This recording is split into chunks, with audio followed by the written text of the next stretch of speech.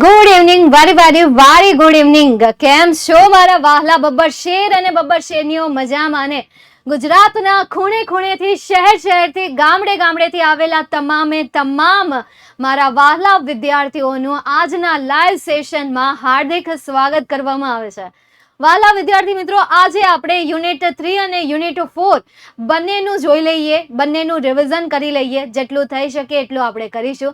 ધીરે ધીરે સમજીશું, હળવે સમજીશું, સમજીને રિવાઇઝ કરીશું. રિવાઇઝ કરીને યાદ રાખીશું. યાદ રાખીને રિઝલ્ટ બનાવીશું. રિઝલ્ટ બનાવીને નામ બનાવીશું. નામ બનાવીને યાદ મૂકીને જઈશું. ચાલો, યાદ મૂકીને ફરીથી એક નવો જન્મ લઈશું. નવો જન્મ લઈને ફરીથી એક નવું સફર શરૂ કરીશું. નવું સફર શરૂ કરીને એક નવી દુનિયા બનાવીશું. એક નવી યાદો બનાવીશું. એક નવી સફળતા બનાવીશું. નહીં ક્યારે ઊભા રહીએ. કામ કરીને, કર્મ કરીને, ધર્મ કરીને, ભણીને, રિવાઇઝ કરીને, સહન કરીને, પ્રોબ્લેમનો સામનો કરીને એક નવું ચેપ્ટર શરૂ કરીશું. નહીં ક્યારે અટકીએ, નહીં ક્યારે લટકીએ. બસ કંઈક ને કંઈક કરતા રહીશું. કંઈક કરવા માટે આવ્યા છું, કંઈક કરીને જ જઈશું. તો તમારી સામે આ એક નવી સરસ મજાની પોયમ બની ગઈ કે જે મને પણ નહોતી ખબર, જે મેં પણ ક્યારેય વાંચી નહોતી અને ક્યારેય મેં આવી બનાવી પણ નથી. મારા સપનામાં પણ ક્યારેય આવા શબ્દ નથી આવ્યા જે આજે અત્યારે તમારી સામે આવ્યા છે. This is power of student, this is power of camera, this is power of your kindness, this is power of your vibes કે જે તમે અમારી બાજુ શેર કરો છો. બસ એના લીધે જ તે હાર્ટના દરેક શબ્દો જે છે તમારી સામે ખુલ્લા દિલથી આવે છે. તો ચાલો, તો બધા આવી જાવ એટલે સેશનની શરૂઆત કરી દઈએ. તો આવી ગયા છે મારા વહાલા વિદ્યાર્થી મિત્રો. તો ચાલો શરૂઆત કરીએ યુનિટ 3 કે જેમાં મેં પહેલું જે રીડ છે એ રીડ વિશે મેં તમને કાલે જ કહી દીધું હતું. આજે હું તમને કહીશ રીડ 2 કે જેમનું નામ છે વુડમેન સ્પેડ ધેટ ટ્રી, કે જે પોયમ છે. વુડમેન એ ટ્રીને છોડી દે, ભાઈ એ વૃક્ષને છોડી દે. અહીંયા વૃક્ષને બચાવવા માટે આ કવિતા લખવામાં આવી છે. વૃક્ષ વિશે લખેલી છે. મતલબ કે એ વૃક્ષ જે છે અમારા પરદાદાએ વાવ્યું છે. એ વૃક્ષ અમારી પરદાદાની નિશાની છે. એ વૃક્ષ નીચે અમે રમ્યા છીએ. એ વૃક્ષ નીચે મને વાગ્યું છે. એ વૃક્ષ નીચે મેં મારા પપ્પાનો હાથ ઝેલ્યો છે. એ વૃક્ષ નીચે મારા મમ્મીએ મને ચુંબન કર્યું હતું. એ વૃક્ષ નીચે મારી ઘણી બધી યાદો છે. છોડી દે યાદો માટે, છોડી દે. તું મારા આંસુને ન જોતો કાંઈ નહીં, પણ તું આ બધી યાદો તરફ જો. એના ઉપર જોઈને દયા કર અને એ વૃક્ષને છોડી દે. તારી જે કુહાડી છે, કે જે કુહાડી આ પ્રહાર માટે તે ઉપાડી છે, એ પ્રહારને પાછો ખેંચી લે. એ વૃક્ષ અમારી પરદાદાની નિશાની છે. એ વૃક્ષ અમારી એક કહાની છે. તો એને છોડી દે. તો આ કઈક કહાની છે, બરાબર. આપકે લફ્ઝ કિતને મીઠે હૈ બીકોઝ ઓફ યુ. યુટ્યુબ ઉપર વર્ક કરીને મારા લવ્સ ખરેખર મીઠા થઈ ગયા. બાકી હું એટલી જ કડવી હતી જેટલું કડવું કારેલું હોય છે. બોલતી બહુ ઓછું, પણ જેટલું બોલતી એટલા ઘા વાગતા. પણ યુટ્યુબે શો ઓફ કરીને માણીને મારા મનને, મારા શબ્દોને અને મારી વાતોને કંઈક એવા અંદાજમાં ફેરવી નાખ્યું, કંઈક એવું રૂપ આપી દીધું, એવું લુક આપી દીધું કે કદાચ હું કોઈકને બે શબ્દ કહી દઈશ ને તો એને ખબર પણ નહીં પડે કે આણે મને કીધું શું. એટલે કંઈક એવી ટ્રીક અને એવી ભાષા હું શીખી ગઈ છું. ચાલો, તો હવે આપણે શરૂઆત કરી દઈએ, રિવિઝનની શરૂઆત કરી દઈએ. Paragraph base question answer. મને ખબર છે કે હું અહીંયા તમને ગમે એટલા પેરેગ્રાફ બેઝ ક્વેશ્ચન આન્સર શીખવાડીશ કે સૌથી પહેલા કર્તા લખો, ત્યારબાદ સહાયકારક ક્રિયાપદ લખો, ત્યારબાદ તમે વાક્ય રચનાને ફોલો કરો. જે જરૂરી ચેન્જીસ કરવાના છે એ જરૂરી ચેન્જીસ કરો, પણ નહીં. આપણી હેબિટ શું છે? સવાલ વાંચવાનો, શબ્દ અને પેરેગ્રાફમાં મેચ કરવાનું. જ્યાં મેચ થાય એ લાઈનને ઉપાડવાની, એઝ અ આન્સર તરીકે ત્યાં એને લખી દેવાની.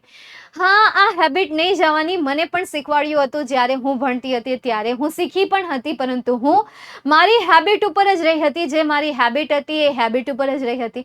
અને અત્યારે કદાચ પેરેગ્રાફ સોલ્વ કરવાના કીધા હોય ને તો અત્યારે એ જ હેબિટ રહે. સવાલ વાંચું, જ્યાં એને લગતો શબ્દ મળે એ સેન્ટેન્સ વાંચું. જ્યાં મને એમ લાગે કે અહીંયા જરૂરી ચેન્જીસ કરવાના છે એ જરૂરી ચેન્જીસ હું મારી રીતે કરી નાખું.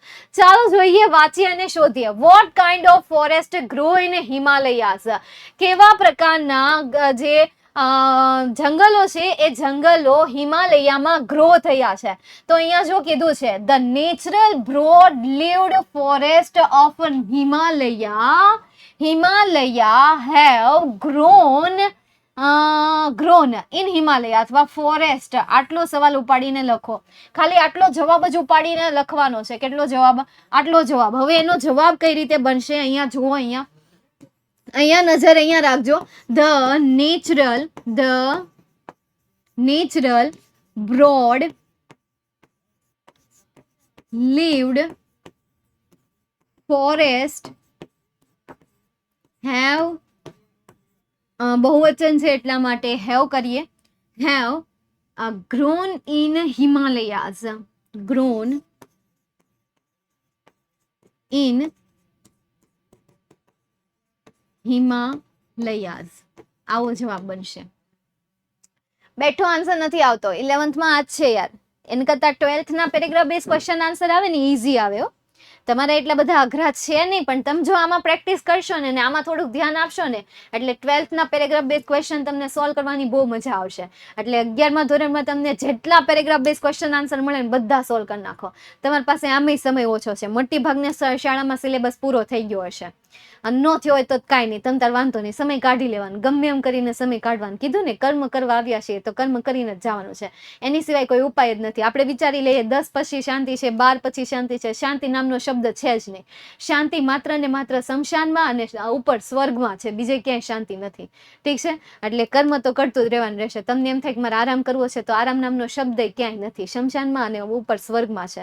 ઠીક છે? ચાલો, તો પેરેગ્રાફ બેઝ ક્વેશ્ચન આન્સર આના સોલ્વ કરો, કારણ કે 11મા ના સોલ્વ કરશો ને યકીન માનો 12મા ના પેરેગ્રાફ બેઝ ક્વેશ્ચન આન્સર એટલા ઈઝી લાગવાના ને કે વાત જવા દેજો. કારણ કે અઘરી વસ્તુ આપણે કરીએ ને, અઘરી વસ્તુ જ્યારે આપણે કરીએ ને ત્યારે આપણને એના કરતાં કંઈક સહેલી વસ્તુ આવતી હોય ને તો એ વસ્તુને આપણે આમ ચૂટકીમાં સોલ્વ કરી નાખીએ છીએ. બરાબર? બંને રસ્તા પોઝિટિવ હોય કે તમે સહેલી બે રસ્તા છે તૈયારી કરવાના અથવા તો કોઈના માટે તૈયાર રહેવાના. તમે સહેલા રસ્તાથી શરૂઆત કરો છો, મોટિવેટ થાવ છો. અઘરો રસ્તો આવે છે ને તોય તમે મોટિવેટેડ રહો છો. એ અઘરા રસ્તાને પાર કરી નાખો છો, કારણ કે સહેલું સોલ્વ કરીને તમારી અંદર એક કોન્ફિડન્સ આવી ગયો છે. હવે એ કોન્ફિડન્સ તમને અઘરી વસ્તુને સોલ્વ કરવામાં મદદ કરે છે. નંબર 2, સૌથી પહેલા અઘરી વસ્તુને શરૂ કરો. અઘરી વસ્તુમાં તકલીફ પડશે, તમને બહુ પીડા પહોંચશે, તમને પ્રોબ્લેમ આવશે, પણ એને સોલ્વ કર્યા પછી એના પછીનો જે સ્ટેપ છે ને એને સોલ્વ કરતી વખતે તમને એમ થશે કે આ તો પહેલા સ્ટેપ કરતા તો ક્યાંય ઇઝી છે. તો આ બંને મેથડમાંથી કોઈ પણ મેથડ તમારી લાઈફમાં અત્યારે ચાલતી હશે. કાં તો તમે અઘરી મેથડમાંથી પસાર થઈ રહ્યા હશો, કાં તો તમે ઇઝી મેથડમાંથી પસાર થઈ રહ્યા હશો, કે જેમાં કંઈક એવી સિચ્યુએશન આવશે કે જે સિચ્યુએશનમાં તમે અત્યારે જે કોન્ફિડન્સ અર્ન કર્યો છે એ કોન્ફિડન્સ તમને ત્યારે કામમાં આવશે.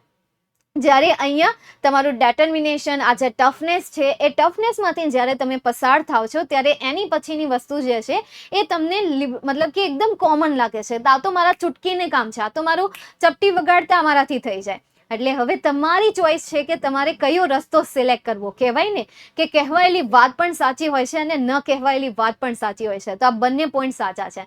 ચાલો તો શરૂઆત કરીએ. સેકન્ડ પોઈન્ટ છે how are forest the foundation of the whole economy of the hill villages. Hill વિલેજીસનું જે આ જંગલો છે એ જંગલોનું ફાઉન્ડેશન મતલબ કે એ તમને શું પ્રોવાઈડ કરાવે છે, એ તમને શું આપે છે. તમારી આ જે હિલ વિલેજીસ છે મતલબ કે ટેકરી ઉપર જે ગામડા છે એમની જે અર્થતંત્ર, આખું જે અર્થતંત્ર છે, વોલ ઇકોનોમી છે, વોલ ઇકોનોમીમાં આ જંગલો જે છે એ જંગલો કઈ રીતે એનો ફાળો આપી રહ્યું છે. ફાઉન્ડેશન એટલે શું થશે? કોઈ મેકઅપ કે એવું કાંઈ નહીં, મેકઅપનો સામાન નહીં, મને મેકઅપના નામે નથી આવડતા. હા, મને ખબર છે કે આને કોમ્પેક્ટ કહેવાય, આને વ્હાઇટ કલરની ટ્યુબ કહેવાય, પછી ઓલું જે આવે જેલી કલરનું કંઈક આવે, પણ કઈ કંપનીનું આવે, કેટલી કંપની છે, કઈ કંપની બેટર છે. તો ચલો છોડો યાર. ફાઉન્ડેશન, તો ફાઉન્ડેશન મતલબ શું થશે? તો ફાઉન્ડેશન મતલબ કે ફાળો છે. તો ભાઈ શું ફાળો છે? ભાઈ એ શું કરે છે? તમને ડ્રાય ટ્વિંગ્સ પ્રોવાઈડ કરાવે છે, દેન આફ્ટર તમને ડોમેસ્ટિક કુકિંગ ફૂલ પ્રોવાઈડ કરાવે છે, એ તમને લાર્જ સપ્લાય ફ્રૂટ પ્રોવાઈડ કરાવે છે, ડ્રાય ફ્રૂટ પ્રોવાઈડ કરાવે છે, ફીબર્સ પ્રોવાઈડ કરાવે છે, ઔષધિ પ્રોવાઈડ કરાવે છે ફોર લોકલ કન્ઝમ્પશન માટે. તો આમાં તમે કંઈક આ રીતે આન્સર બનાવી શકો. Forest the The foundation of all economy of the villages is that they provide dry twigs, branches are the only source of domestic cooking fuel, and the forest also provide large supply of fruit, edible nuts. અથવા તો તમારે આમાંથી સવાલ નથી બનાવો તો તમે આ રીતે પણ આન્સર બનાવી શકો. they provide અથવા તો the forest provide. કોણ પ્રોવાઈડ? the forest provide. હવે એ જે પ્રોવાઈડ કરતું હોય એ લખી દો અહીંયા કે ભાઈ ડ્રાય ટ્વિંગ પ્રોવાઈડ કરે છે, બ્રાન્ચીસ પ્રોવાઈડ કરે છે ફોર કુકિંગ ફૂલ, ભાઈ ખોરાક રાંધવા માટે. Also provide large supply of fruits, nuts, fibres and herbs for local consumption. આટલો આન્સર પણ તમે અહીંયા લખી શકો. ચોટે છે તો નેટવર્ક ઇસ્યુને કારણે મે બી ચોટતું હશે, ટેન્શન નહીં લો. બરાબર, એબ્સોલ્યુટલી ડન. ઓકે, ચાલો નેક્સ્ટ એના પછીનો પેરેગ્રાફ જોઈએ. What kind of forest grow? Same જ લાગે છે. એના પછી under whose leadership did tree lovers come forward to save the deodar forest. હવે કોની લીડરશિપમાં? ગુજરાતી આવડવું જરૂરી છે. વિધાઉટ ગુજરાતી ખાસ 11th સ્ટાન્ડર્ડમાં યાર તમને ગુજરાતી આવડવું ખૂબ જરૂરી છે. હજી 12th સ્ટાન્ડર્ડનું હતું હું એમ કે તુક્કામાં લાગી જશે, પણ નહીં, તમારે નહીં લાગે. બીકોઝ મોટા ભાગના ચેપ્ટરના આન્સર જે છે એ આન્સર તમારે જાતે બનાવવાના રહેશે, સમજીને બનાવવાના રહેશે. હવે કોની લીડરશિપની અંદર આ જે જંગલ પ્રેમી લોકો હતા એ આ કોન્સેપ્ટમાં આવ્યા હતા, વૃક્ષોને બચાવવા માટે આગળ આવ્યા હતા. તો under the leadership of Shri Sundar Bahuguna and Shri Chandi Prasad of Tehri Garhwal in Uttarkashi, tree lover came forward to save the deodar forest. બસ આટલું લક્ષણ તોય ચાલશે, બધું બેઠું લખી નાખશો ને તોય ચાલશે. ભલે તમે એમ કહેતા એક મેં ગઢવાલ ડિસ્ટ્રિક્ટ કાઢી નાખે, ઇન ઉત્તરાચલ કાઢી નાખે તો ચાલે, હા કાઢી નાખો તોય ચાલે, અને બેઠું લખી દેશો તોય તમને 1 માર્ક્સ મળી જશે. ચલો આનો તો જુગાડ થઈ ગયો, આનો તો જવાબ તમને એમાં બેઠો આપેલો છે. નેક્સ્ટ એના પછી find out similar words from passage.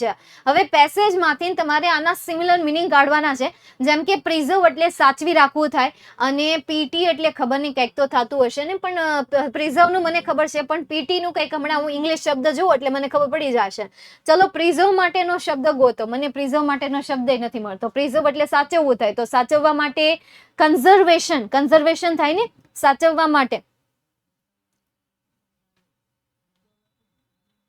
Conservation. Construction, હે એવું ક્યાં ગોતી આવ્યા તમે? કન્સ્ટ્રક્શન ક્યાંથી ગોતી આવ્યા? કન્ઝર્વેશન, હા કન્ઝર્વેશન બરાબર છે, બાકી કન્સ્ટ્રક્શન નહીં, કન્ઝર્વેશન. પછી તમે કન્ઝર્વેશનની જગ્યાએ કન્સ્ટ્રક્શન લખ્યું નાખ્યું હોય તો ઇટ્સ ઓકે. ચલો ત્યારબાદ પીટી. હવે પીટી માટે તો આપણે એમ કહી શકીએ કે પ્રહાર ન કરવો, દયા કરવી, લાઈક ધેટ આપણે એવું કહી શકીએ ને, don't pity on my pity. બસ એના જેવું જ ને.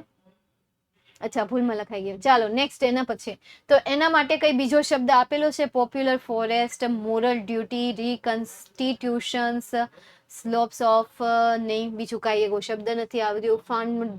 ફંડામેન્ટલ ડ્યુટી, કન્ઝર્વ કરવું. જો અહીંયા તમને પ્રિઝર્વ આપ્યું છે તો એના માટે કન્ઝર્વ વર્ડ પણ લખી શકાય. પ્રિઝર્વેશન નહીં, કન્ઝર્વેશન નહીં આવે, કન્ઝર્વ આવશે, કારણ કે પ્રિઝર્વેશન કીધું હોય ને તો કન્ઝર્વેશન આવે. હવે પ્રિઝર્વ કીધું છે તો એના માટે આપણે અહીંયા શું લખશું? કન્ઝર્વ લખશું. બરાબર, conserve, preserve and conserve. Preserve માટે સેવ લખાય ને, સેવ એટલે બચાવવું થાય, અને કન્ઝર્વ પ્રિઝર્વ એટલે સંરક્ષણ કરવું થશે. પ્રિઝર્વ એટલે સંરક્ષણ કરવું. ઓકે, બાકી સેવ વર્ડ પણ તમને આપેલો છે, પણ થોડોક માઇનોર તફાવત છે એમાં.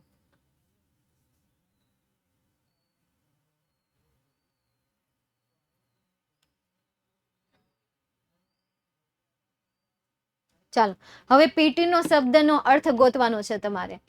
કંઈક નફરત જેવો શબ્દ થાય, અથવા તો જેને દયા ન હોય, પીટી દયા ભાવ સાવું જેવું કંઈક, તો આમાં કંઈક લખેલું તો હોવું જોઈએ. Embrace, lover used, save them from being cut. It was popularly known as TIPCO movement. Conservation forest is a moral duty. Our reconstitution now reads every citizen fundamental duty to conserve and thereby improve forest, lake, rivers, environment along with wildlife, and also to compensation towards organisms. મને તો ન મળ્યો. હા, દયા, પણ દયા માટે કોઈ શબ્દ હોવો જોઈએ ને, મને પેરેગ્રાફમાં મળવો જોઈએ ને દયા માટે. પીટી દયા. દેખાય છે તમને દયા ખાઈને એવું? એમ્બ્રેસ વર્ડ છે કે જે કદાચ એ શબ્દ સાથે મેચ ખાતું હોય. એમ્બ્રેસ, કાઇન્ડ શબ્દ હોવો જોઈએ ને, કાઇન્ડ એ આન્સર આવે એ તો મારા દિમાગમાં પહેલેથી આવી ગયો.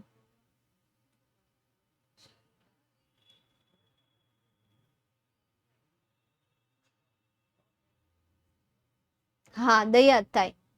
ઉદાસી થાય, પીડાઈ થાય, સફરિંગ થવું, એ બધું. સફરિંગ થાય, ક્રાઇમ થાય, શેમ થાય, શેમ ઓન યુ, શરમ નો કહીએ આપણે. તો આપણે અહીંયા એમ્બ્રેસ જ લખીએ, કારણ કે use to embrace the tree lovers use to embrace. તો એમ્બ્રેસ એટલે શું થશે? દયાભાવ જ થઈ. આપણે અહીંયા લખીએ કે ભાઈ ઈ એના ઉપર એમ્બ્રેસ કરતા હતા. હવે આપણે કોઈને એમ્બ્રેસ એટલે ગળે મળવું થાય, પણ આપણે ગળે ક્યારે મળીએ? જ્યારે આપણને કોઈ વાલું લાગે ત્યારે. તો આપણે અહીંયા સિમિલર મિનિંગ તરીકે લઈએ એમ્બ્રેસ. મેં ગુજરાતીમાં સર્ચ કરીને જોયું. ચાલો, લવર્સ છે ને? લવર્સ ના થાય, અહીંયા એમ્બ્રેસ જ આન્સર તરીકે આવશે. નેક્સ્ટ એના પછીનો બીજો પેરેગ્રાફ જોઈએ. પેરેગ્રાફ નહીં, શોર્ટ નોટ જોઈએ. આ ચેપ્ટરની આઈએમપી શોર્ટ નોટ છે ચિપકો મુવમેન્ટ. ચાલો એમનો આન્સર જોઈએ. The forest of Tehri Gadwal were exploited to supply timber and for other purposes, and the people living in that region were deprived of their basic needs like a fuel, fodder and water. આ બંને સેન્ટેન્સને અલગ અલગ કરી દો એટલે નાના નાના sentence થઈ જાય. હવે શોર્ટ નોટને પાકી ન કરાય, શોર્ટ નોટને જાતે લખાય. એ તો મેં તમને પહેલાંય કહ્યું કે શોર્ટ નોટને જાતે લખો, પાકી નહીં કરો, કારણ કે પાકી કરવાથી ક્યારેય શોર્ટ નોટ તમને પાકી રહેશે જ નહીં. કોઈ પણ વસ્તુ હોય, કોઈ પણ વસ્તુને તમે ડાયલોગ બેઝ એક્ટિવિટી કરવા જાવ, બહુ અઘરી વસ્તુ છે. આપણે હંમેશા જોતા રહીએ ને કે કોઈ લિપસિંગ કરે છે, કોઈ કોપી ટુ કોપી કોઈ એક્ટિંગ કરવાની કોશિશ કરે છે. અઘરામાં અઘરી વસ્તુ છે કે કોઈની લિપસિંગ કરવી, કોઈનું કોપી ટુ કોપી કરવું, કારણ કે ડિટ્ટો એ વસ્તુને બોલવી, ડિટ્ટો એ વસ્તુ ઉપર એક્ટિંગ કરવી, ડિટ્ટો એ વસ્તુને આપણે નકલ કરવી, એ ટફમાં ટફ વસ્તુ છે. અને જો કોઈ કરી શકતું હોય તો વેલ એન્ડ ગુડ, એમનું આઈક્યુ સારું જ કહેવાય કે એ કોપી કરી શકે છે, એ નકલ કરી શકે છે. ચાલો જોઈએ હવે આપણે અહીંયા. તો ફોરેસ્ટ, તહેરી ગઢવાલના જે જંગલો છે એ એક્સપ્લોઇટ થઈ ગયા હતા, મતલબ કે એમનો વિનાશ થઈ ગયો હતો. ટુ સપ્લાય ટિમ્બર, એટલે કે ટિમ્બર મોકલવાને લીધે, લાકડા મોકલવાને લીધે. And the people living in the region were deprive, અને જે લોકો ગામડામાં રહેતા હતા એ ના આધારિત હતા. ડિપ્રીવડ એટલે શું થશે? ના આધારિત હતા. મેમ બહુ જ ચોટે છે, કંઈક કરો ને. ચોટશે બેટા, એ શું કામ ખબર? કારણ કે નેટવર્ક ઇશ્યુ છે. એક વાઈફાઈ જતું રહ્યું છે. અત્યારે જે સેશન ચાલે છે ને એ બીજા વાઈફાઈ ઉપર ચાલે છે. જૂનું જે વાઈફાઈ હતું ને, મને યુટ્યુબમાં મેં 5:15 લેક્ચર હતો, એટલે ચાલુ લેક્ચરમાં જતો રહ્યો હતો, એટલે ત્યારે વાઈફાઈ ચેન્જ કર્યું હતું. આપણે અહીંયા 2 વાઈફાઈ છે. એક વાઈફાઈ જતું રહે તો બીજા વાઈફાઈમાં તરત જ લેક્ચર શરૂ કરી દેવાના, બરાબર? પહેલા લેક્ચર કેન્સલ થઈ જતા હતા ને, હવે કેન્સલ નહીં કરવાના, હવે ચાલુ જ રાખવાનું, પણ ધીમું ધીમું આવતું રહેતું હોય છે. સમજાણ? ચાલો નેક્સ્ટ એના પછી તો લોકો એના ઉપર આધારિત હતા, કારણ કે એની બેઝિક જરૂરિયાત હતી, જેમ કે લાકડું, છાણ, પાણી, એ બધું એની જીવન જરૂરિયાતની વસ્તુ હતી. Therefore in 1930 they began Satyagraha against the oppressive forest law. પછી તેમણે શું કર્યું કે 1930માં એમણે એક સત્યાગ્રહ વિરુદ્ધ એક સત્યાગ્રહ બનાવ્યો. શેની વિરુદ્ધમાં? તો આ જે ઓપ્રેસિવ ફોરેસ્ટ લો હતા ને, કે મતલબ કે જે અન્યાયવાળા જે જંગલના નિયમો હતા, કાયદાઓ હતા, એ કાયદાઓની વિરુદ્ધમાં એમણે એક સત્યાગ્રહ શરૂ કર્યો. A large number of people sacrifice themselves protesting against the forest law. હવે મોટી સંખ્યામાં લોકોએ પોતાના જીવન ગુમાવ્યા છે આમની વિરુદ્ધમાં એ સત્યાગ્રહમાં જોડાયા એટલા માટે. Then the inhabitant of that region started Chipko movement. અને ત્યાર પછી તેમના જે રહેવાસીઓ હતા એ રહેવાસીઓએ શું કર્યું કે એક ચિપકો મુવમેન્ટ શરૂ કરી ટુ સેવ ધ ફોરેસ્ટ, એટલે કે જંગલોને બચાવવા માટે. The men, women and children embraced trees when they came to fell the trees. હવે જે માણસો છે, પુરુષો છે, બાળકો છે, એ વૃક્ષોને ભાઈ આલિંગન કરી લેતા, એને ભેટી લેતા જ્યારે પણ તેઓ તે વૃક્ષને બચાવવા માટે આવતા ત્યારે. The movement saved the green forest and protected the environment. હવે આ મુવમેન્ટે એ લીલા જંગલોને બચાવી લીધું અને પર્યાવરણની રક્ષા કરી લીધી. Inspired by the Chipko movement, the village women have now started to manage and protect local forest and to ensure their regeneration. અને આનાથી પ્રોત્સાહન પામીને, ચિપકો મુવમેન્ટથી પ્રેરણા મેળવીને, માર્ગદર્શન લઈને એમણે જંગલને બચાવવાનું શરૂ કર્યું. એમને જંગલને રીજનરેટ થવાનું, રીજનરેશન થાય એમનું એણે ધ્યાન રાખવાની શરૂઆત કરી દીધી હતી. તો આ ચિપકો મુવમેન્ટની એક નાની અમથી શોર્ટ નોટ છે. Then after true force, conservation of forest is not our moral duty. હવે આપણું જંગલની રક્ષા કરવી શું એ આપણી મોરલ ડ્યુટી નથી? શું આપણો ધર્મ, કર્મ બધું નથી? છે. એટલે અહીંયા આન્સર તરીકે શું આન્સર આવશે? ફોલ્સ આન્સર આવશે. આપણે અહીંયા મૂકીએ false. The poplar is a foreign commercial tree. પોપલાર જે છે એ વિદેશી કોમર્શિયલ એટલે કે વ્યાવસાયિક વૃક્ષ છે. તો શું એ વ્યાવસાયિક છે? તો હા, એ શું છે? વ્યાવસાયિક છે. મોરલ એટલે શું થાય? મુખ્ય થાય. મોરલ મતલબ કે મુખ્ય, important. The women refuse to allow the planting of the પોપલાર. હવે સ્ત્રીઓએ ના પાડી દીધી હતી કે એ પોપલારના વૃક્ષોને પ્લાન્ટ થવા દેશે નહીં. તો આ વાત સાચી છે કે ખોટી? તો હા, સાચી છે. એટલે અહીંયા પણ આન્સર તરીકે શું આન્સર આવશે? ટ્રુ જ આન્સર આવશે. લખીએ આપણે ટ્રુ. નેક્સ્ટ એના પછી, the village women were determined to save the last patch of tree. હવે સ્ત્રીઓએ નક્કી કર્યું કે તે વૃક્ષોની જે છેલ્લી હરોળ છે એ છેલ્લી હરોળને બચાવશે. તો આ સાચી વાત છે. હા, તો અહીંયા પણ આન્સર તરીકે શું આવશે? ટ્રુ આન્સર આવશે કે ભાઈ એ હવે છેલ્લી હરોળને શું કરશે? બચાવી જ લેશે. ગમે એમ કરીને છેલ્લી હરોળને બચાવશે. એટલે અહીંયા પણ આન્સર આવશે ટ્રુ. The મહિલા મંડળ દળ agree to help the forest department in cutting tree.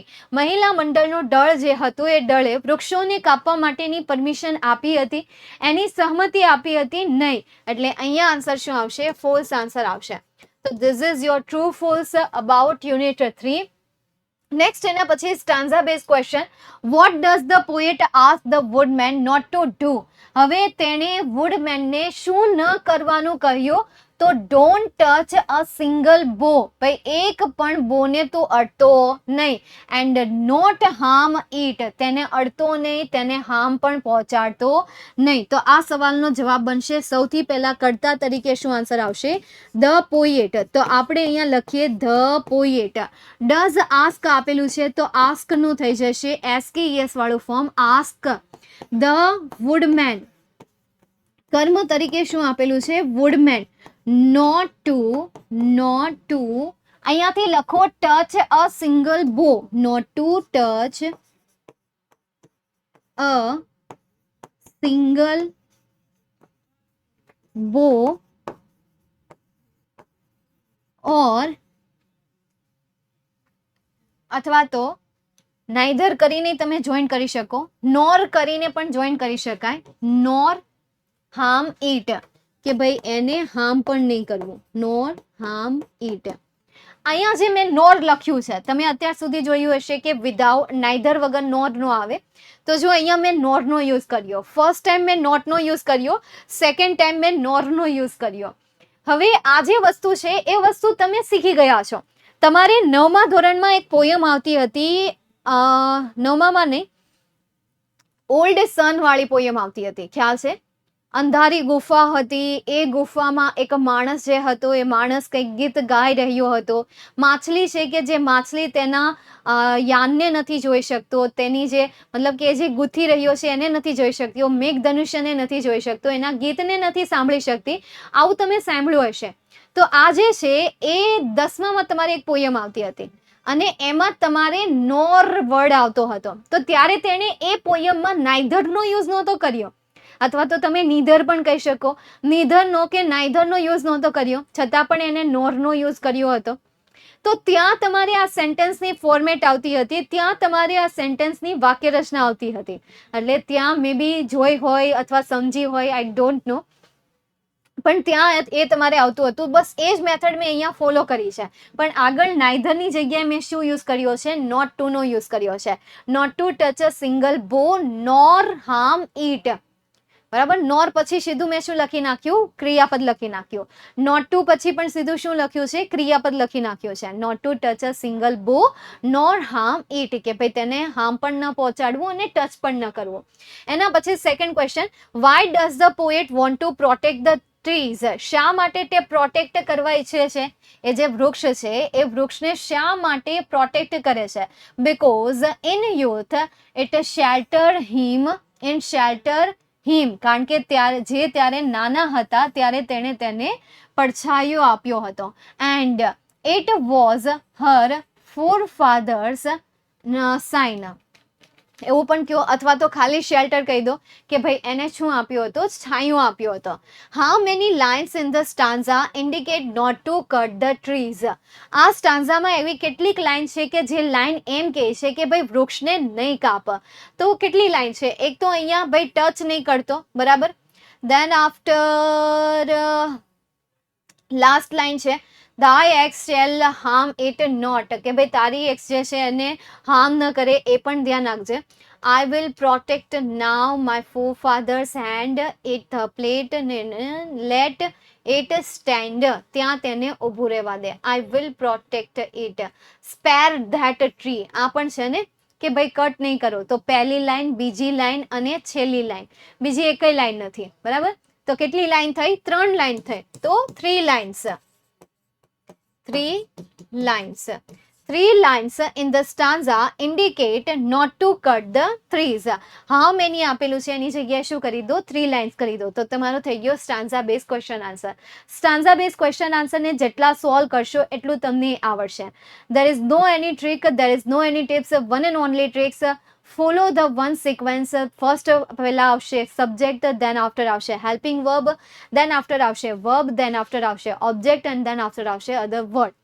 But આ જે છે દરેક વખતે ફોલો નથી થતી, ફિક્સ નથી હોતી. દરેક સેન્ટેન્સમાં તમે નવી મેથડ શીખો છો, દરેક ક્વેશ્ચનના આન્સરમાં નવી મેથડ શીખો છો. એકની એક મેથડ દરેક ક્વેશ્ચનમાં ફોલો નથી થતી. આ તો તમે ચેક કર્યું જ હશે, હે ને. નેક્સ્ટ એના પછીનો ક્વેશ્ચન જોઈએ. What does the poet ask the woodman not to do? હવે પોએટે વુડમેનને શું કહ્યું? સેમ જ છે ને, સેમ જ છે. શું કહ્યું હતું? કે not to touch a single bough and not harm it, કે એને હાર્મ પણ નહીં કરતો. ઓકે, તો સેમ આન્સર આવશે. એના પછી how did the tree have the poet in the childhood? તો ઇન ચાઇલ્ડહુડ ઇટ શેલ્ટર્ડ હિમ. આવડો એનો આન્સર આવશે કે ભાઈ જ્યારે તે નાના હતા ત્યારે તેને શું આપ્યું હતું? પડછાયો આપ્યો હતો, શેલ્ટર્ડ આપેલું હતું. તો આ બેઠો આન્સર આપી દો. ઇન યુથ આપેલું છે, એ યુથની જગ્યાએ તમે ચાઇલ્ડહુડ વર્ડનો પણ યુઝ કરી શકો, બરાબર. તમને એમ થતું હોય કે મારે ચાઇલ્ડહુડનો યુઝ કરવો છે, you can use childhood. If you don't want then it's okay, યુથનો પણ તમે અહીંયા યુઝ કરી શકો. નેક્સ્ટ એના પછી જોઈએ ડિસ્ક્રાઇબ ધ ટ્રી. હવે ટ્રીનું તમારે અહીંયા વર્ણન કરવાનું છે કે ભાઈ વૃક્ષ જે છે એ વૃક્ષ કેવું છે અહીંયા. તો ગ્લોરી એન્ડ રિનો. ધ વૃક્ષ ઇઝ ઓલ્ડ એન્ડ ફેમિલિયર, બરાબર. Old and familiar. it has a glory and renown its glory and renown are spread over the land and seas, બરાબર. લેન્ડ એન્ડ સીઝ તરફ એની ફેલાતી ગઈ છે. તો અહીંયા હું આ સેન્ટેન્સનો આન્સર લખું છું બીકોઝ એનો આન્સર લખવો જરૂરી છે. ઓકે, ચાલો તો જોઈએ આપણે. The tree is old and familiar and its glory and renown નામના, બરાબર. renown એટલે શું થશે? નામના. are spread over the sea and land, બરાબર. બંને જગ્યાએ over the land and C. આ તમારો આન્સર આવશે. ચાલો ડન અહીંયા સુધી. जिंदगी की यही रीत है, हार के बाद जीत है.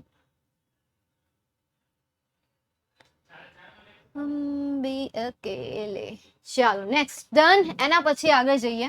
ઓકે, અહીંયા તમારું ચેપ્ટર કમ્પ્લીટ થાય છે. ચેપ્ટર 3 જે છે ચેપ્ટર 3 કમ્પ્લીટ થાય છે. દેન આફ્ટર યુનિટ 4 છે જે એકદમ ઇઝી છે, mind body and emotion. Mind body and emotion. ચાલો ચેક કરીએ. ગ્રામર લેવું, ચેપ્ટર લેવું, ગ્રામર લેવું, ચેપ્ટર લેવું, ગ્રામર લેવું, ચેપ્ટર લેવું, કઈ વસ્તુ લેવી? ફ્રેમ ધ ક્વેશ્ચન લઈ લઈએ. Frame the question. Frame the question લઈ લઈએ. 15 મિનિટમાં તો એ જ સોલ્વ થશે. ચેપ્ટર નહીં પૂરું થાય. પેરેગ્રાફ બેઝ ક્વેશ્ચન આન્સર આવે તો પેરેગ્રાફ બેઝ ક્વેશ્ચન આન્સર પૂરા નહીં થાય. એટલે હું ચેપ્ટર લઈ તો લઉં તમે કયો એમ, પણ પછી પૂરું નહીં થાય અને અધૂરું રહી જશે ને પછી ગમશે નહીં. એટલા માટે ગ્રામરનો ટોપિક લઈ લઈએ, પછી કાલ ચેપ્ટર લઈ લેશું પાછું. નેક્સ્ટ વીકમાં ચેપ્ટર લઈ લેશું. ઠીક છે, ચાલો. તો ફંક્શન લઈ લઈએ. ફંક્શનની સાથે સાથે આઈ થિંક કન્જક્શન પણ જોડે જ છે, કારણ કે કન્જક્શન અને ફંક્શન બંનેના ટોપિક સાથે છે. ચાલો હવે WH ક્વેશ્ચન જોઈ લઈએ. હવે WH ક્વેશ્ચનમાં કેટલા WH શબ્દ આવે એનું લિસ્ટ બનાવી લઈએ. સૌથી પહેલા તો વુ, રાઈટ. 5મા ધોરણમાં ભણતા ત્યારથી વુ નામનો શબ્દ આવે છે, એટલે એ પહેલેથી આવે છે. દેન આફ્ટર વોટ, કરતા જાણવા માટે. એના પછી વોટને લગતું વોટ કાઇન્ડ ઓફ, આ પણ તમને આવડવો જોઈએ. What kind of. Then after where, when. બીજો વેન ને લગતું કયું આવે? સિન્સ વેન આવે, રાઈટ. શું આવે? સિન્સ વેન આવે. તો આ સિન્સ વેન પણ આવડવો જોઈએ. Why, whom, by whom, which, which ના ઓપ્શનમાં which kind of, which kind of. then after બીજું કઈ બાકી રહેશે? હા, how many, much, old, far, often. how often અને હાઉ મેની ટાઈમ્સ આ બંને સેમ થાય, બરાબર. આ બંનેમાંથી કોઈ એક ઓપ્શનનો યુઝ થશે. ડન. તો આટલા WH શબ્દ ક્યારે આવે એ તમને ખ્યાલ હોવો જોઈએ. હજી એક શબ્દ રહી ગયો, વૂઝ, બરાબર. આ શબ્દો તમારે 12થમાં પણ આવશે અને 11થમાં પણ સોરી 12થમાં જ આવશે. પહેલા 10મામાં હોત તો 10મામાં તો મેં તમને કહ્યું જ હતું કે આવડા સેમ WH ક્વેશ્ચન જે છે તમારે 11મામાં આવશે અને 12મામાં પણ આવશે. તો હવે આના WH ક્વેશ્ચન જે છે તમારે 12થમાં પણ આવશે. તો અત્યારે સમજી લો કે ક્યારે વો આવે, ક્યારે વોટ આવે, ક્યારે વોટ કાઇન્ડ ઓફ આવે, વેર ક્યારે આવે, વેન ક્યારે આવે, સિન્સ વેન ક્યારે આવે. વો કરતા જાણવા માટે, વોટ કર્મ જાણવા માટે, ક્રિયા અને કર્મ જાણવા માટે, વોટ કાઇન્ડ ઓફ વ્યક્તિનો પ્રકાર, વસ્તુનો પ્રકાર, કોઈ પણ ચીજનો પ્રકાર, એનો પ્રકાર જાણવા માટે, વેર સ્થળ, વેન સમય, since when point of time જાણવા માટે, મતલબ કે સિન્સ પછી સમયદર્શક શબ્દ હોય ત્યારે. દેન આફ્ટર વાય કારણ જાણવા, વુમ કર્મ તરીકે વ્યક્તિનું નામ આપેલું હોય અને એને દૂર કરવામાં આવ્યો હોય ત્યારે વુમ આવે. વિચ સેમ વસ્તુનો પ્રકાર જાણવા માટે, હાઉ મેની સંખ્યા જાણવા, મચ જથ્થો જાણવા, ઓલ્ડ ઉંમર જાણવા, ફાર અંતર જાણવા, ઓફન પુનરાવર્તન જાણવા, ઓલવેઝ, નેવર, રેરલી. આ આવે ત્યારે how often, twice, 3 times, 4 times, once. તો એવા શબ્દ દૂર થાય ત્યારે હાઉ ઓફન અથવા તો how many times. Whose apostrophe S વાળા નામ દૂર થાય ત્યારે વૂઝ આવશે. હાઉ લોંગ, હા હજી એક રહી ગયો, હાઉ લોંગ. ચાલો એ પણ મૂકી દઈએ. તો જ્યારે 4 પછી સમયદર્શક શબ્દ દૂર થયો હોય ત્યારે હાઉ લોંગ આવશે. ચાલો જોઈએ question. An exceptional battle had begun inside the train on the move. તો exceptional એ જે છે એ શું છે? એ શું છે? અહીંયા કર્મ છે. તો કર્મ જે છે એ કર્મ દૂર થાય ત્યારે શેનાથી પ્રશ્નાર્થ વાક્યની શરૂઆત થાય? વોટથી. તો વોટ હેડ બિગન આવે કે વોટ વોઝ આવશે? અહીંયા તમને હેડ આપેલું છે તો આન્સરમાં પણ શું આવશે? હેડ આવશે. તો કરેક્ટ આન્સર શું આવશે? Option C. નેક્સ્ટ એના પછી a month later I set a new national mark for the 200 metre bettering my in 1989 marks. બરાબર. 1889માં મને જે માર્ક્સ મળ્યા હતા એના કરતાં તો ક્યાંય સારા માર્ક્સ મને અત્યારે મળ્યા હતા, એક મહિના પછીની વાત છે. તો અ મંથ લેટર જે છે એ તમારે અહીંયા સમયદર્શક શબ્દ આપેલો છે અને સમયદર્શક શબ્દને આપણે વાક્યમાંથી દૂર કરીએ ત્યારે શેનાથી સવાલ બનશે? સવાલ બનશે વેનથી. તો હવે વેન વાળા અહીંયા તમારી પાસે બે ઓપ્શન છે, ઓપ્શન ડી અને ઓપ્શન બી. નાવ ચેક કરો સિન્સ વેન ક્યારે આવે? જ્યારે સિન્સ પછી સમયદર્શક શબ્દ આપ્યો હોય અને એને દૂર કરવાનો હોય ત્યારે. તો સિન્સ વાળો ક્યાં સમયદર્શક શબ્દ અહીંયા તમને દેખાય છે? તો ડી ઓપ્શન કેન્સલ થઈ ગયો. તો હવે કયો ઓપ્શન આવશે? ઓપ્શન બી આન્સર આવશે. ઉતાવળા આન્સર નહીં આપો, શાંતિથી જુઓ, શાંતિથી વિચારો અને પછી આન્સર આપો. कहाँ भाग के जाना है आपको? कहीं पे भी नहीं जाना है. समय तो जो 7 बजे पूरा होगा तभी हमारा सेशन पूरा होगा. तो धीरे धीरे વિચારીને આન્સર આપો. નેક્સ્ટ એના પછી with a broad smile full of warmth Ram Singh hug him. હવે પૂરેપૂરા વિશાળ સ્માઇલ સાથે રામસિંહે તેમને ભેટ્યા. તો અહીંયાથી મેથડ દૂર થઈ છે, એક WH શબ્દ રહી ગયો અને એ છે હાવ.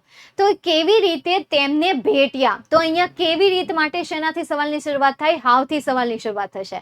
તો હાવ વાળા બે ઓપ્શન છે. નાવ હવે તમારે કાળને મેચ કરવાના છે. ઉપરના સેન્ટેન્સમાં ક્યાંય વોઝ આપેલું છે નહીં, તો બી ઓપ્શન કેન્સલ થઈ ગયો. તો હવે કયો ઓપ્શન વધ્યો? Option C. તો આપણે અહીંયા સિલેક્ટ કરીએ ઓપ્શન સી ને. નેક્સ્ટ એના પછી Dipali has join a GK class with a view to cracking the exam. તો વિથ અ વ્યૂ ટુ કે જે હેતુ દર્શક શબ્દ છે, પર્પસ દર્શક શબ્દ છે કે જેને કારણ દર્શક શબ્દમાં કાઉન્ટ કરવામાં આવશે WH ક્વેશ્ચનમાં. તો વિથ અ વ્યૂ ટુ પછીનું સેન્ટેન્સ રિમૂવ કરવાનું આવે ત્યારે શેનાથી સવાલ થશે? વાયથી સવાલ થશે. તો જોઈએ આપણે when has Deepali join a GK કે વાય હેઝ. ઓકે, વાય વાળો એક જ ઓપ્શન છે, તો કયો આન્સર આવશે? ઓપ્શન બી આન્સર આવશે. તો આપણે અહીંયા સિલેક્ટ કરીએ ઓપ્શન બી ને. નેક્સ્ટ એના પછીનો question, Harita earn 5 degrees last year. તો 5 degrees, તો કેટલી ડિગ્રીઝ એમણે લાસ્ટ યર અર્ન કરી હતી? તો ડિગ્રી જે છે એ કાઉન્ટેબલ નાઉન છે અને કાઉન્ટેબલ નાઉન આવે તો કાઉન્ટેબલ નાઉનને આપણે દૂર કરીએ ત્યારે શેનાથી સવાલ થાય? હાઉ મેનીથી થાય. તો હાઉ મેની વાળા બે ઓપ્શન છે, how many degrees Harita earn last year કે how many degrees did Harita earn last year. હવે અહીંયા તમને અર્ન આપેલું છે, V2 નું ફોર્મ છે, તો અહીંયા તમને ડીડ તો આપ્યું નથી. તો હવે કયો ઓપ્શન વધ્યો? સી ઓપ્શન વધ્યો. અચ્છા, એને લોક કરી દો. હા, અહીંયા કોમ્પ્યુટર તમને દેખાય છે, મેડમ છે, મેડમને તમે લોક મારવાનું, તાળું મારવાનું કે સવાલે સવાલ હું મારવાનું, તાળા ગોતવા બેહવા? હે, સવાલે હું તાળા ગોતવા બેહું? હા વાળી થઈશ પાછી. નેક્સ્ટ એના પછીનો ક્વેશ્ચન જોઈએ. He is very violent especially with boys who go late. તે ખૂબ જ વાયોલેન્ટ હોય છે, ખાસ કરીને જ્યારે તે એવા છોકરા સાથે મતલબ કે એવા છોકરાઓ કે જે બહુ મોડા જાય છે એમની સાથે એ વાયોલેન્ટ રાક્ષસી બની જાય છે. તો who is વાયોલેન્ટ with whom he is very violent especially when he is violent કે how he is he with boys who go late. તો હવે આમાં ખબર ન પડે ને તોય હાલે. હવે જો હું અહીંયા કરતા તો દૂર કરવાનું કીધું નથી, તો આ આન્સર નહીં આવે. વિથ whom કાંઈ સમજાતું નથી. એના પછી વેન ઇઝ હી વાયોલેન્ટ, તો અહીંયાથી અમુક શબ્દ જે છે એ શબ્દો ઓટોમેટિક નીકળી ગયા. સમયદર્શક શબ્દ કાઢવાનું નથી કીધો એટલે સી પણ નહીં આવે. How is he with boys who get go late, તો આવડું આ તો કાઢી નાખવાનું છે, આવડું આ ગો લેટ વાળું તો કાઢી નાખવાનું છે, તો એ સેન્ટેન્સમાં આપ્યું છે તો આ પણ નીકળી જશે. તો તુક્કો માનીએ તો કયો ઓપ્શન આવે? બી ઓપ્શન આવે. તો આપણે અહીંયા સિલેક્ટ કરીએ ઓપ્શન બી ને. નેક્સ્ટ એના પછી જોઈએ, હી mat me on the cross rods the other day. તો ઓન ધ ક્રોસ રોડ એ શું છે? અહીંયા સ્થળ દર્શક શબ્દ છે. તો જ્યાં સ્થળ દર્શક શબ્દથી સવાલની શરૂઆત થઈ હોય એ આન્સર તરીકે આવશે. ચાલો ક્લિયર. અહીંયા option A, option B, option C કે ઓપ્શન ડી, કયો આન્સર આવશે? Option A, option B, option C કે option D? Option C answer આવશે. તો આપણે અહીંયા સિલેક્ટ કરીએ ઓપ્શન સી ને, કારણ કે વેરથી સવાલ પૂછ્યો છે અને આપણે સ્થળ જ દૂર કરવાનું છે અને સ્થળને દૂર કરવાનું હોય ત્યારે વેરથી જ સવાલ થાય. ચાલો એના પછીનો, Mitesh will wear his brother's shoes on his school day function. તો અહીંયાથી તમને એપોસ્ટ્રોફી એસ વાળું સેન્ટેન્સ દૂર કરવાનું કીધું છે. તો ચાલો તમે જાતે કરો, જાતે. ઓપ્શન સી ને. ચાલો તો અહીંયા આન્સર શું આવશે? ઓપ્શન સી આન્સર આવશે, કારણ કે વોઝ આવે. મેં તમને આગળ શરૂઆતમાં કીધું હતું કે એપોસ્ટ્રોફી એસ વાળું હોય, સંબંધક સર્વનામ આપેલા હોય તો વૂઝ વાળા શબ્દોને તમારે શું કરવાનું છે? રિમૂવ કરવાનું છે. તો આવા કંઈક તમારા WH ક્વેશ્ચન તમને એક્ઝામમાં પૂછાશે અને તમારે એને આ જ રીતે સોલ્વ કરવાના રહેશે.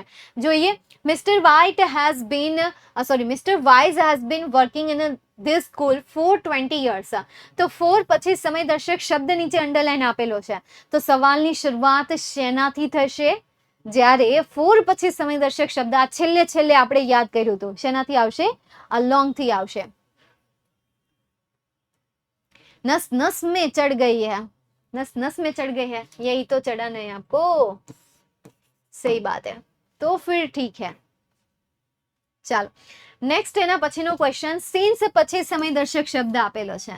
તો મોટા ભાગના WH ક્વેશ્ચન જે છે હું તમને થિયરી દ્વારા સમજાવી દઈશ કે જેમાં ઓલમોસ્ટ WH ક્વેશ્ચનની પ્રેક્ટિસ થઈ જાય. હવે વોટ કાઇન્ડ અને વિચ કાઇન્ડ બાકી છે એ તમે જોડાયેલા રહેજો યુટ્યુબના માધ્યમથી અથવા તો કોઈ પણ માધ્યમથી. હું તમને વોટ કાઇન્ડ ઓફ અને વિચ કાઇન્ડ ઓફના જેટલા એક્ઝામ્પલ હશે એ એક્ઝામ્પલ હું તમને સોલ્વ કરાવી દઈશ. ઓકે, ચાલો તો જોઈએ હવે આપણે સિન્સ પછી જોવાનું છે. How long has mister India working in this firm? Since when has mister India been working in this firm? What has mister India been doing in this firm? કે why has mister India been working in this firm? તો હવે આમાં તો ખાલી એક વસ્તુ જોઈ લેવાની, ઓપ્શન બી જ આપણે સિલેક્ટ કરી લેવાની. Since when has mister India been working in this firm. Next એના પછી આ તો કન્જક્શન આવી ગયા. ચલો આને નથી સોલ્વ કરવાના. તો આ તમારા WH ક્વેશ્ચન છે, બરાબર. WH ક્વેશ્ચનની PDF ફાઇલ પણ હું તમને આપી દઈશ, DPP માં ચડાવી દઈશ, બરાબર. DPP માં તમને આ WH ક્વેશ્ચનની ફાઇલ મળી જશે. એટલે DPP માં WH ક્વેશ્ચનની હશે અને ચેપ્ટરની જે હશે એ તમને હેન્ડ રિટન નોટમાં જ મળી જશે. ઓકે, બસ પતી ગયું? બસ હા પતી ગયું. અહીંયા સુધી જલ્દી પતી ગયું કા? એવું લાગે તને બધું પાછું જલ્દી જ લાગતું હોય, તને બધું જલ્દી લાગ્યું હોય. કદાચ 2-3 કલાક લીધા હોય ને તો એ તમને એમ થાય કે ઓ જલ્દીમાં કલાક પૂરી થઈ ગઈ. ચાલો, કોઈને કોઈ ક્વેરી, કોઈને કોઈ doubt? Have you any issue? Have you any query? Have you any etcetera etcetera etcetera? No no no no no, ના ના ના ના ના, એવું નહીં કહેતા. લબર લઈ લો, પેન લઈ લો, લીટો કરી દો, લબર લઈ લો. હવે સ્કીમને કાંઈ ના થાય. ચાલો, ના હોય દી તમારા લેક્ચરમાં, ખાલી મારા લેક્ચરમાં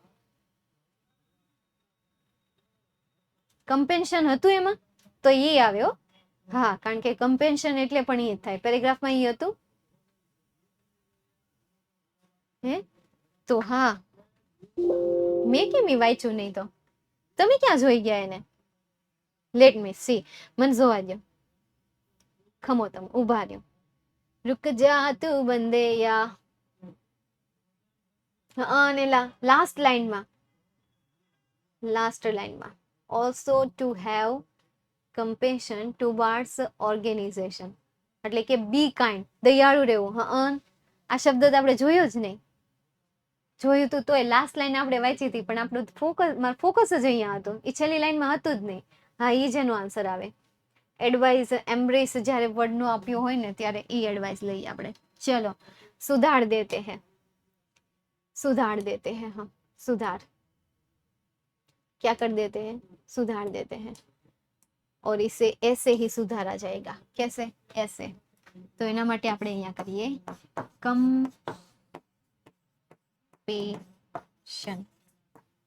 ચલો, થેન્ક યુ સો મચ. દી મેં ગૂગલમાં જોઈ, કઈ નહીં જોઈ તો ખરા એ બાની શબ્દ દેખાણો તો ખરા. લાસ્ટ લાઈનમાં તો એ શબ્દ દેખાતો જ નહોતો બિચારો. સમરી રાઇટિંગ ક્યારે શીખવશો? સમરી રાઇટિંગ એકચ્યુઅલીમાં જે મીડિયમ સ્ટુડન્ટ છે કે જેમને સેન્ટેન્સનું ગુજરાતી કરતા આવડે છે, કે જેમને મતલબ ગુજરાતી ટ્રાન્સલેટ આવડે છે ને માત્ર એમના માટે સમરી રાઇટિંગ છે. ટોપર્સ માટે અને મીડિયમ રેન્જના સ્ટુડન્ટ માટે છે.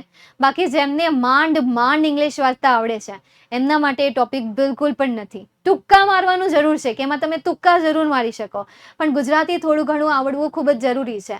ઓકે, બધા પિક્ચર્સ તમે પાવર પોઈન્ટમાં ક્રિએટ કરો. હા, આપણી વિદ્યાકુલની તો સિમ્પલ જ હોય કારણ કે એમાં સિમ્પલ જ રાખવાની છે. યુટ્યુબમાં જે હોય ને થીમ, પીપીટી ફાઇલ હોય એમાં બધું એ પાવર પોઈન્ટમાં જ હોય, એ પીપીટીમાં જ તૈયાર થતું હોય. વિદ્યાકુલમાં સિમ્પલ રાખીએ કારણ કે આપણે એમાં સમજાવવાનું હોય એટલે લીટોડા કરવાના હોય અને એમાં આપણે ઓલા ચિત્ર રાખ્યા હોય તો સ્લાઇડ નાની થઈ જાય એટલે એમાં રાખવી જ પડે. ચાલો, ક્લિયર અહીંયા સુધી? તો અહીંયા સુધી આપણે રાખીએ. કેટલું બધું કરવું પડે ટાઈપિંગ, એકવાર કરવું પડે. અત્યારે મારે તો ઘણા વર્ષ થઈ ગયા એટલે મારી પાસે આ બધું ટાઈપિંગ કરેલું પડ્યું હોય. બસ મારે ગોતીને જે થીમ પ્રમાણે હોય, પહેલા વ્હાઈટ થીમ હતી એટલે કાળા અક્ષર હોય, બસ એ અક્ષર ચેન્જ કરવાના, થોડું આમ જે નાના મોટા ચેન્જીસ હોય નાના મોટા ચેન્જીસ કરવાના. ટાઈમ થઈ જાય, લઈ જાય, પણ પહેલા જેટલો ન થઈ જાય, પહેલા જેટલો ન લઈ જાય. જે પહેલી વખત બનાવ્યું હોય ને તો જે ટાઈમ જોયો હોય ને એ ન જોઈએ.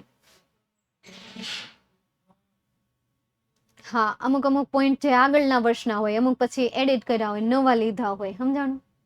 આ પેરેગ્રાફ બેઝ ક્વેશ્ચન આન્સર હોય એ અમુક નવા લીધા હોય ને અમુક જૂના હોય, એવી રીતે.